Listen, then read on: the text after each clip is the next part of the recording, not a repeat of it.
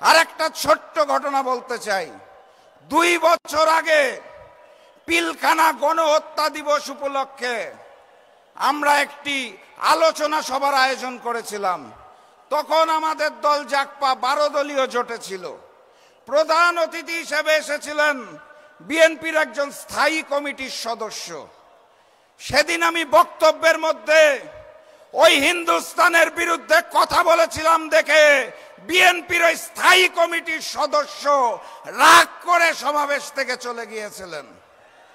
তারা বলতে চেয়েছিলেন বাংলাদেশের রাজনীতি করতে হলে, ক্ষমতায় থাকতে হলে হিন্দুস্তানকে নাকি তুষ্ট করতে হয়।